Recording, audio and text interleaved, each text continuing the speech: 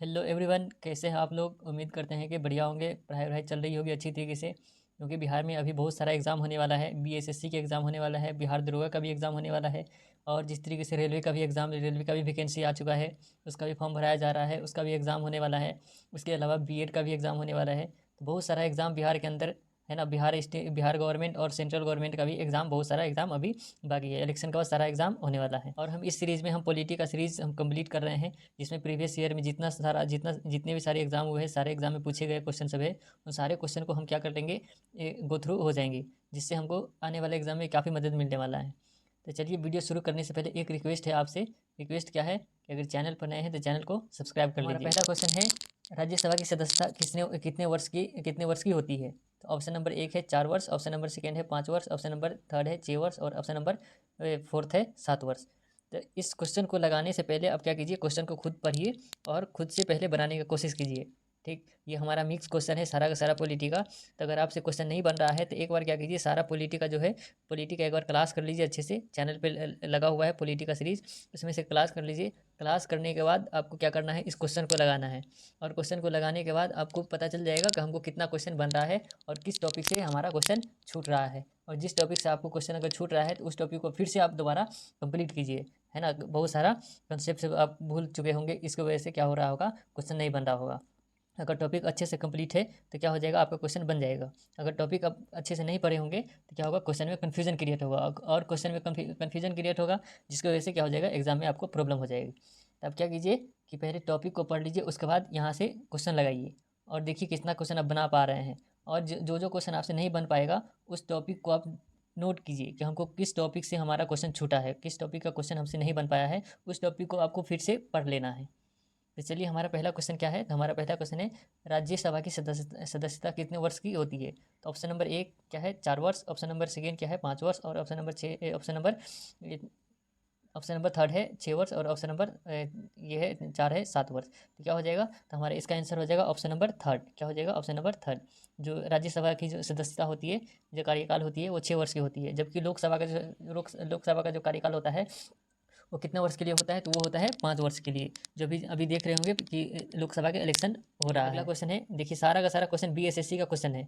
अगर आप बीएसएससी का फॉर्म भरे हैं तब जरूर इस क्वेश्चन को लगाइए। क्वेश्चन नंबर नेक्स्ट है 154, क्या कह रहा है, आर्थिक मामलों की मंत्रिमंडलीय समिति की अध्यक्षता कौन करता है। आर्थिक मामलों की मंत्रिमंडलीय समिति की अध्यक्षता कौन करता है। ऑप्शन नंबर 1 है वित्त मंत्री, ऑप्शन नंबर सेकेंड है वाणिज्य मंत्री, ऑप्शन नंबर थर्ड है प्रधानमंत्री, और ऑप्शन नंबर फोर्थ है कैबिनेट सचिव। तो कौन करता है इसकी अध्यक्षता, इसकी अध्यक्षता करता है कैबिनेट सचिव। कौन करता है, तो करता है कैबिनेट सचिव। तो क्या हो जाएगा इसका आंसर, इसका आंसर हो जाएगा ऑप्शन नंबर फोर्थ। चलिए अगला क्वेश्चन पे चलते हैं। अगला क्वेश्चन है हमारा, भारतीय संविधान का कौन सा अनुच्छेद छुआछूत उन्मूलन से संबंधित है। तो कौन सा अनुच्छेद है जो छुआछूत से क्या है, छुआछूत जो उन्मूलन है उससे संबंधित है, मतलब छुआछूत को मानना दंडनीय अपराध जो बताया गया है, कौन सा अनुच्छेद है। तो इसका ऑप्शन नंबर 1 है अनुच्छेद 14, अनुच्छेद 15, अनुच्छेद 14, अनुच्छेद 15, अनुच्छेद 17, और अनुच्छेद 18। तो क्या हो जाएगा इसका आंसर, इसका आंसर हो जाएगा ऑप्शन नंबर थर्ड। ठीक, क्या हो जाएगा इसका ऑप्शन नंबर हो जाएगा ऑप्शन नंबर थर्ड।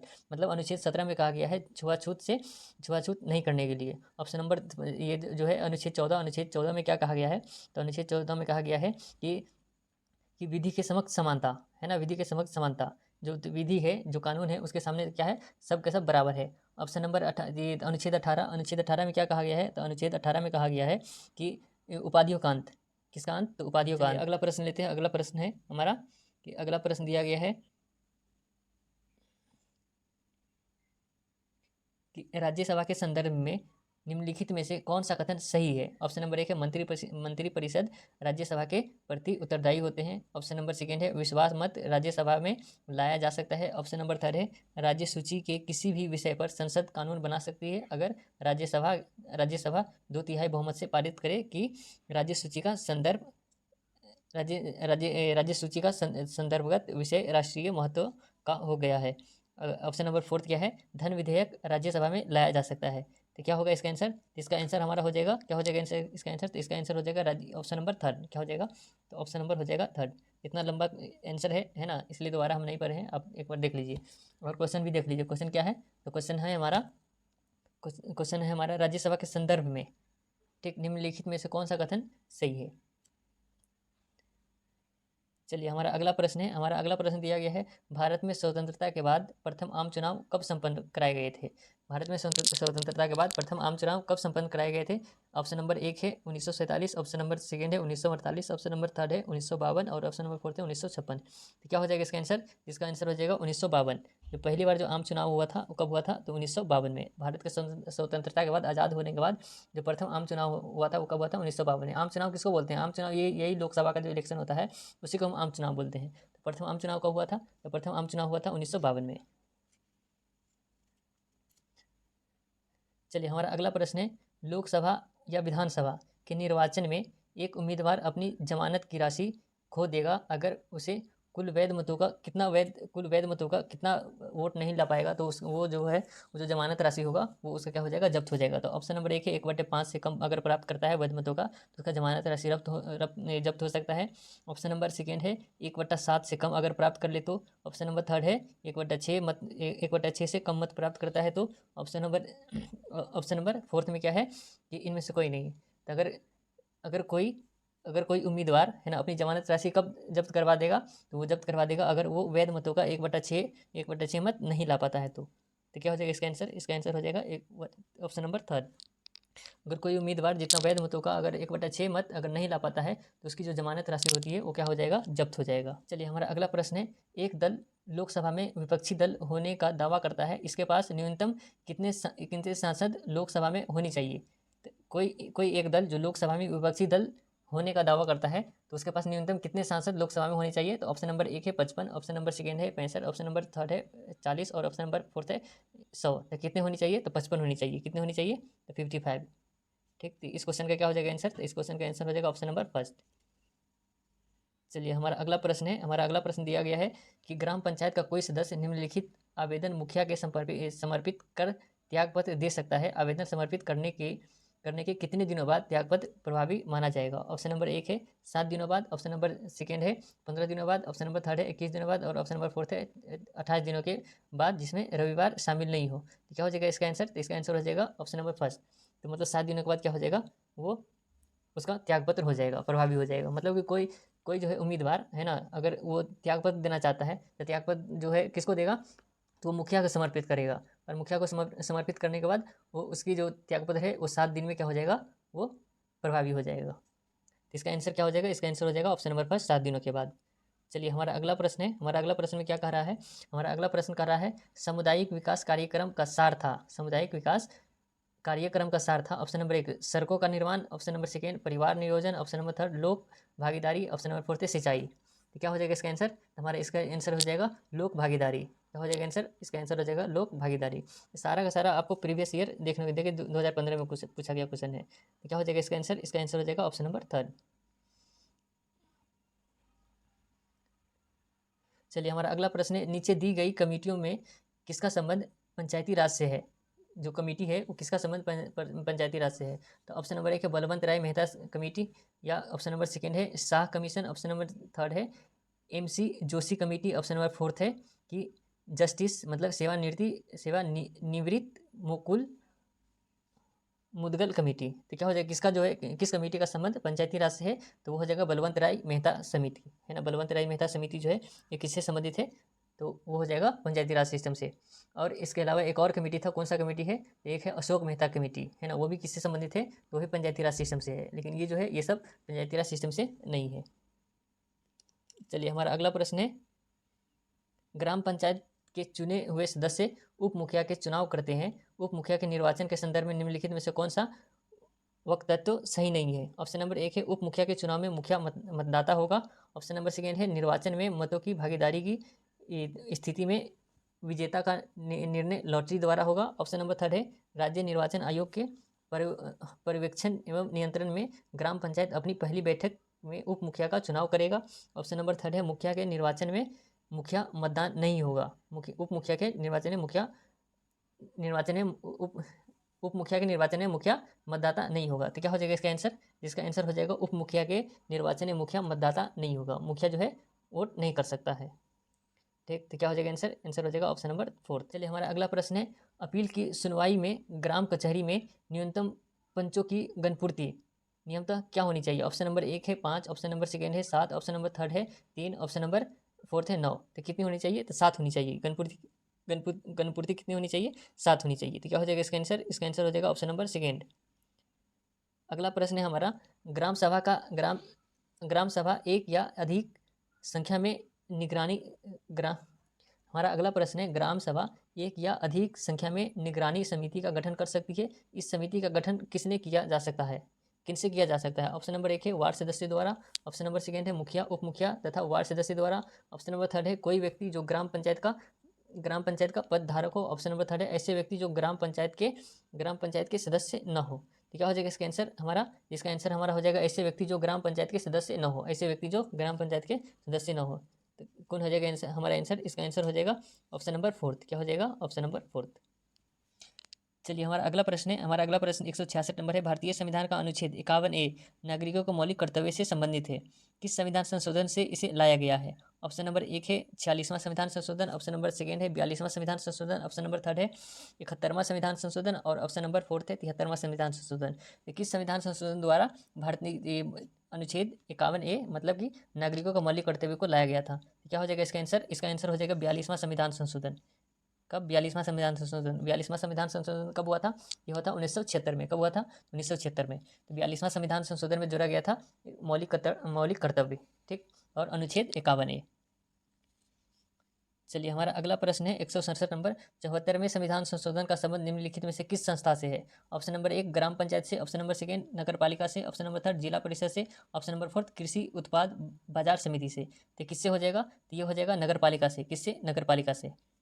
किससे हो जाएगा? नगर पालिका से। चलिए हमारा अगला प्रश्न है प्रश्न नंबर 168, हाल में आंध्र प्रदेश से अलग कर एक नए राज्य तेलंगाना का गठन हुआ है। इससे भारतीय संविधान की किस सूची में परिवर्तन होता है? तो ऑप्शन नंबर 1 है अनुसूची 1, ऑप्शन नंबर सेकंड है अनुसूची 7 की राज्य सूची, ऑप्शन नंबर थर्ड है अनुसूची 9 और ऑप्शन नंबर फोर्थ है अनुसूची 10। तो किसमें होगा? किसमें परिवर्तन किया जाएगा? तो इसमें हमको अनुसूची 1 में किया जाएगा। किसमें परिवर्तन किया जाएगा? तो अनुसूची 1 में, क्योंकि अनुसूची 1 में कहा गया है राज्य और राज्य की बात करता है। तो किसमें हो जाएगा? किसमें संशोधन किया जाएगा? तो संशोधन किया जाएगा अनुसूची 1 में। चलिए अगला प्रश्न देखते हैं। हमारा अगला प्रश्न है, भारतीय संविधान का कौन सा प्रावधान दल बदल निरोध से संबंधित रखता है? ऑप्शन नंबर 1 है अनुच्छेद 105, ऑप्शन नंबर सेकंड है 10वीं अनुसूची, ऑप्शन नंबर थर्ड है 8वीं अनुसूची और ऑप्शन नंबर फोर्थ है इनमें से कोई नहीं। तो दल बदल कानून जो है, दल बदल कानून कौन सा अनुसूची में है? तो वो अनुसूची हो जाएगा अनुसूची किसमें? अनुसूची 10वीं में। कौन सा अनुसूची में? तो अनुसूची 10 में, ठीक। दल बदल कानून अब तो पहले से समझ गए होंगे। दल बदल कानून का ये मतलब है कि जैसे कोई बीजेपी का है, कोई ये है ना अध्यक्ष है, या बीजेपी का कोई सांसद है, अगर वो जीतने के बाद वो कांग्रेस में चला जाता है तो क्या हो जाएगा? उसकी सदस्यता क्या कर दी जाएगी? रद्द कर दी जाएगी, ठीक। मतलब कि अगर जीतने के बाद आप किसी भी पार्टी को चेंज नहीं कर सकते हैं, तो ये होता है दल बदल कानून। चलिए हमारा अगला प्रश्न है कि भारतीय संविधान की धारा 198 में धन विधेयक पारित करने की विधि प्रावधानित है। यदि विधान परिषद धन विधेयक को रोक लेता है तथा इसे वापस करने से मना कर देता है तो कितने दिनों बाद विधेयक को दोनों सदनों से पारित माना जाएगा? तो इसका आंसर क्या हो जाएगा? इस क्वेश्चन का आंसर हो जाएगा 14 दिनों बाद। कितने दिनों बाद? हो जाएगा 14 दिनों बाद। क्या हो जाएगा इसका आंसर? इसका आंसर हो जाएगा ऑप्शन नंबर सेकेंड। चलिए अगला प्रश्न है, निम्नलिखित में से किस राज्य में विधानमंडल का ऊपरी सदन या विधान परिषद नहीं है? विधानमंडल का ऊपरी सदन या विधान परिषद नहीं है। Option number 1 Maharashtra, option number second है Uttar Pradesh, option number third है पश्चिम बंगाल और ऑप्शन नंबर फोर्थ है बिहार। तो किसमें जो है विधान परिषद नहीं है? तो ये हो जाएगा किसमें? पश्चिम बंगाल में। पश्चिम बंगाल में क्या है? विधान परिषद नहीं है, ठीक। तो ऑप्शन नंबर क्या हो जाएगा इस क्वेश्चन का आंसर हो जाएगा ऑप्शन नंबर थर्ड। अब तक के कितने राज्य में है विधान परिषद? अब तक के 6 राज्य में। किसमें है? 6 राज्य में। बिहार, तो कौन कौन है 6 राज्य? बिहार है, उत्तर प्रदेश है, ठीक, महाराष्ट्र है, महाराष्ट्र के बाद कौन है? महाराष्ट्र के बाद कर्नाटका है, कर्नाटक के बाद आंध्र प्रदेश है और तेलंगाना है, ठीक। ये 6 राज्य है। 6 राज्य में क्या है कि विधान परिषद भी है और विधान परिषद और विधानसभा भी है, ठीक।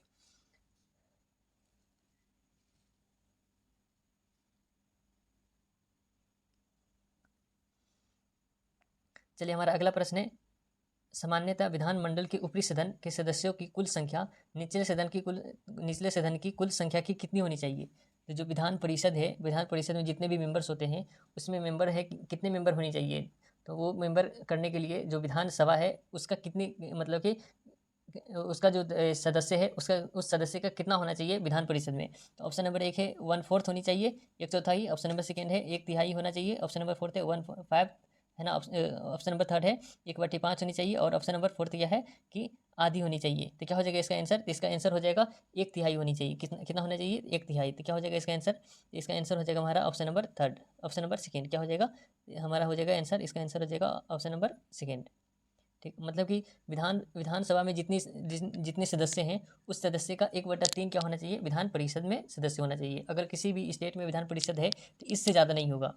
तो देख लीजिए बिहार के अंदर में कितना है, तो बिहार के अंदर में विधानसभा की सीट की संख्या कितना है? 243। और 243 का 1/3 निकालते हैं तो 243 का 1/3 कितना हो जाएगा?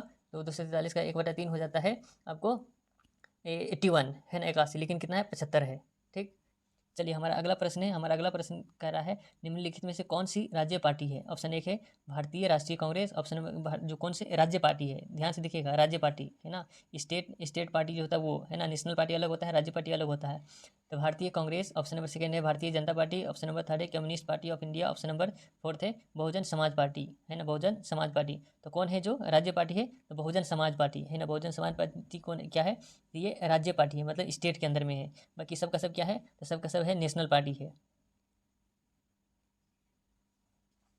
चलिए अगला प्रश्न है हमारा, प्रथम लोकसभा के स्पीकर कौन थे? प्रथम प्रथम लोकसभा के स्पीकर कौन कौन थे? ऑप्शन नंबर 1 है जीवी मावलंकर, ऑप्शन नंबर सेकेंड है Gurdayal Singh Dhillon, option number third है M.A. Iyengar, option number fourth है इनमें से कोई नहीं। तो प्रथम लोकसभा स्पीकर कौन थे? तो प्रथम लोकसभा स्पीकर थे जीवी मावलंकर। कौन थे? तो जीवी मावलंकर। तो क्या हो जाएगा आंसर? इसका आंसर हो जाएगा ऑप्शन नंबर फर्स्ट। चलिए अगला प्रश्न देखते हैं। हमारा अगला प्रश्न क्या कह रहा है? अगला प्रश्न कह रहा है कि किस वर्ष सिक्किम भारतीय संघ का 22वां राज्य बना था? तो सिक्किम जो है वो कब 22वां राज्य बना था? तो ऑप्शन नंबर 1 है 1962, ऑप्शन नंबर सेकंड है 1967, ऑप्शन नंबर थर्ड है 1971 और ऑप्शन नंबर फोर्थ है 1975। तो सिक्किम कब भारत का 22वां राज्य बना था? तो सिक्किम बना था 1975 में। कब बना था? 1975 में। चलिए अगला प्रश्न है हमारा। अगला प्रश्न क्या कह रहा है? अगला प्रश्न कह रहा है कि राज्यसभा के संदर्भ में निम्नलिखित में से कौन सा कथन सही नहीं है? तो ऑप्शन नंबर 1 है राज्यसभा एक अस्थायी संस्था है। ऑप्शन नंबर 1 ये तो सही है, राज्यसभा क्या है? एक अस्थायी संस्था है। चलिए इसका अगला नेक्स्ट ऑप्शन क्या है?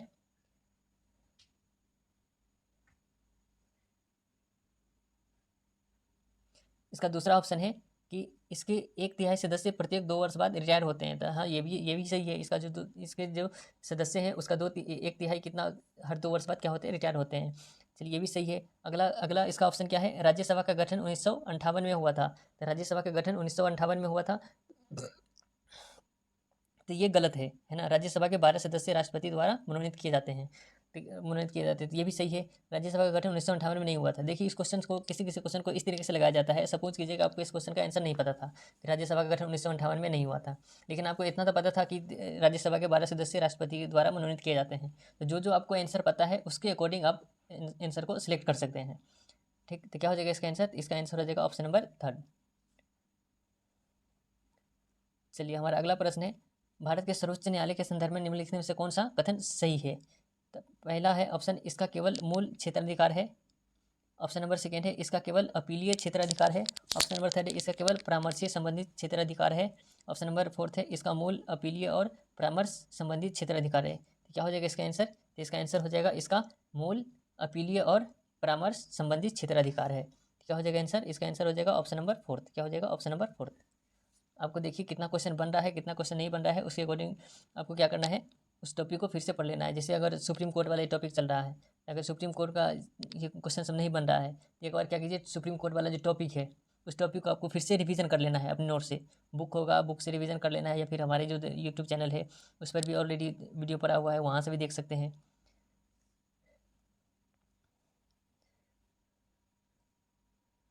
चलिए हमारा अगला प्रश्न है, उच्च श्रृंखल है ना, कानून कोई कानून नहीं है।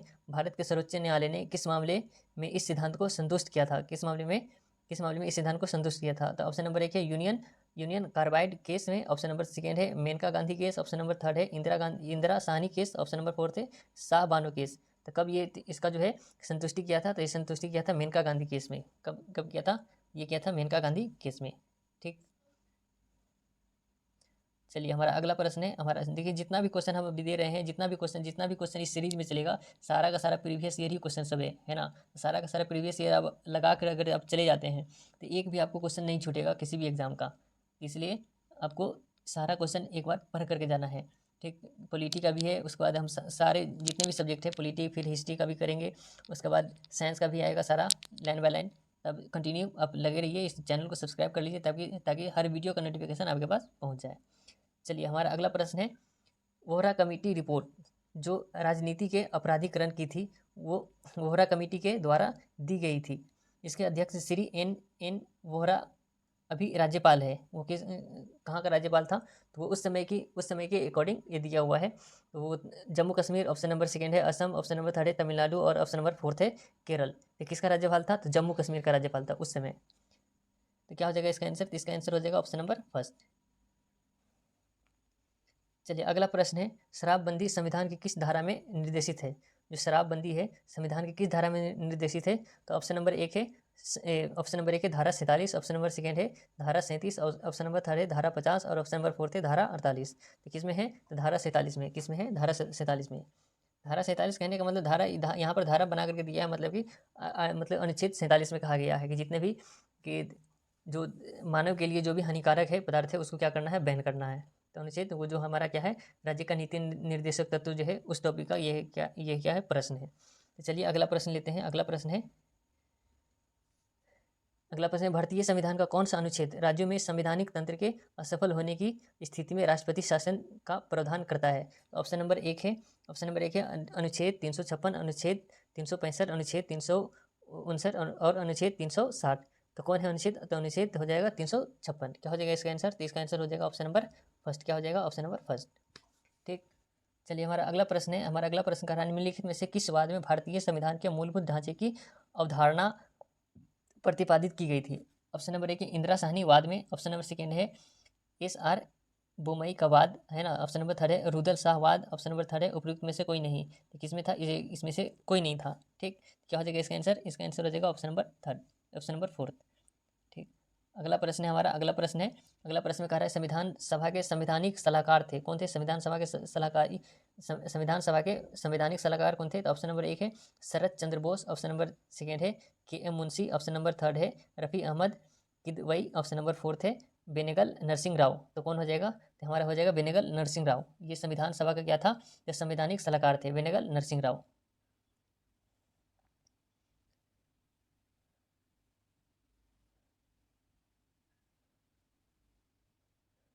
चलिए हमारा अगला प्रश्न है, अगला प्रश्न कर रहा है, निम्नलिखित में से कौन सी एक समिति ने नागरिक के मूल कर्तव्य को 1976 में सम्मिलित करने की अनुशंसा की थी। ऑप्शन नंबर 1 है कोठारी समिति, ऑप्शन नंबर 2 है स्वर्ण सिंह समिति, ऑप्शन नंबर 3 है अशोक मेहता समिति, ऑप्शन नंबर 4 है बलवंत राय मेहता समिति। देखिए यहाँ से आपको अगर ये दोनों पता है तो इसके अकॉर्डिंग आप यहाँ से चुन सकते हैं। अशोक मेहता समिति हम क्या बताएं इससे पिछले वाले क्वेश्चन में, वो पंचायती राज सिस्टम से था। बलवंत राय मेहता समिति ये भी किससे संबंधित है, ये भी पंचायती राज सिस्टम से था, है ना। उसके बाद क्या हो जाएगा इसका आंसर, इसका आंसर हो जाएगा हमारा स्वर्ण सिंह समिति। कौन सा हो जाएगा, तो हमारा आंसर हो जाएगा स्वर्ण सिंह समिति। चलिए हमारा अगला प्रश्न है, सर्वोच्च न्यायालय के न्यायाधीश अपना पद त्याग करता है ना, पत्र लिखकर किसको, तो मुख्य न्यायाधीश को, ऑप्शन नंबर 2 है राष्ट्रपति को, ऑप्शन नंबर 3 है प्रधानमंत्री को और ऑप्शन नंबर 4 है विधि मंत्री को। तो सर्वोच्च न्यायालय का जो न्यायाधीश है वो अपना अगर त्यागपत्र देना होगा तो अपना त्यागपत्र लिखकर किसको देगा, वो तो क्या हो जाएगा इसका आंसर, तो इसका आंसर हो जाएगा राष्ट्रपति को। किसको, तो राष्ट्रपति को देगा। ठीक, उपराष्ट्रपति भी अगर त्यागपत्र देना होगा तो किसको देगा, तो वो भी देगा राष्ट्रपति को। प्रधानमंत्री भी अगर त्यागपत्र देना होगा तो वो भी किसको देगा, तो वो भी देगा राष्ट्रपति को। अगर राष्ट्रपति खुद अगर त्यागपत्र देना चाहता है तो राष्ट्रपति किसको देगा, तो वो देगा उपराष्ट्रपति को। ठीक, तो ये सारा का सारा कंसेप्ट को क्या करना है, आपको याद करके रखना है। चलिए हमारा अगला प्रश्न, निर्वाचन आयुक्त को पद से हटाया जा सकता है। ऑप्शन नंबर 1 है मुख्य निर्वाचन आयुक्त द्वारा, ऑप्शन नंबर 2 है प्रधानमंत्री द्वारा, ऑप्शन नंबर 3 है भारत के मुख्य न्यायाधीश द्वारा, ऑप्शन नंबर 4 है इनमें से उपयुक्त में से कोई नहीं। तो क्या हो जाएगा हमारा इसका आंसर, तो हमारा आंसर हो जाएगा उपयुक्त इसमें से कोई नहीं। ठीक, क्या हो जाएगा, उपयुक्त में से कोई नहीं। जो हमारा निर्वाचन आयुक्त होता है ना, इलेक्शन कमीशन ऑफ इंडिया होता है, उसको हटाने का प्रधान संसद को है। किसको है, संसद को है। ठीक, उसके ऊपर भी क्या होता है, महाभियोग चलता है। जिस तरीके से राष्ट्रपति को हटाया जाता है उसी तरीके से उसको भी हटाया जा सकता है। ठीक, तो इतना आसान से जो मुख्य निर्वाचन आयुक्त होता है वो नहीं हटता है वो। चलिए हमारा आज चलिए हमारा अंतिम प्रश्न है। अंतिम प्रश्न में क्या है, यदि राष्ट्रपति एवं उपराष्ट्रपति अक्षम अथवा उसकी मृत्यु कार्यकाल में हो जाती है तो कार्यकारी राष्ट्रपति कौन होंगे, है ना। तो कौन होंगे, ऑप्शन नंबर 1 है प्रधानमंत्री, ऑप्शन नंबर 2 है सर्वोच्च न्यायालय के मुख्य न्यायाधीश, ऑप्शन नंबर 3 है कानून मंत्री और ऑप्शन नंबर 4 है गृह मंत्री। अगर राष्ट्रपति या उपराष्ट्रपति की, है ना, अगर कार्यकाल के दौरान उसकी मृत्यु हो जाती है तो उसके दौरान जो राष्ट्रपति का जो पद है वो कौन संभालेंगे, तो वो संभालेंगे सर्वोच्च न्यायालय के मुख्य न्यायाधीश। कौन संभालेंगे, सर्वोच्च न्यायालय के मुख्य न्यायाधीश। तो चलिए आज का हमारा यहाँ तक प्रश्न खत्म होता है। यही सीरीज़ हमारा कंटिन्यू रहेगा और ये कंटिन्यू करने के बाद जब हम पढ़ लेंगे, है ना, लगभग 2000 प्रश्न इसमें पढ़ लेंगे, तो पढ़ने के बाद क्या करेंगे हम, तो फिर अगला हम सब्जेक्ट का ये कर लेंगे, क्या कर देंगे, तो टॉपिक स्टार्ट कर देंगे। तो हम ये टॉपिक को कैसा लगा, ये टॉपिक कैसा लगा आपको, आप कमेंट कीजिएगा और चैनल पे नए आए हैं तो चैनल को क्या कर दीजिए, सब्सक्राइब कर दीजिए। थैंक यू, धन्यवाद।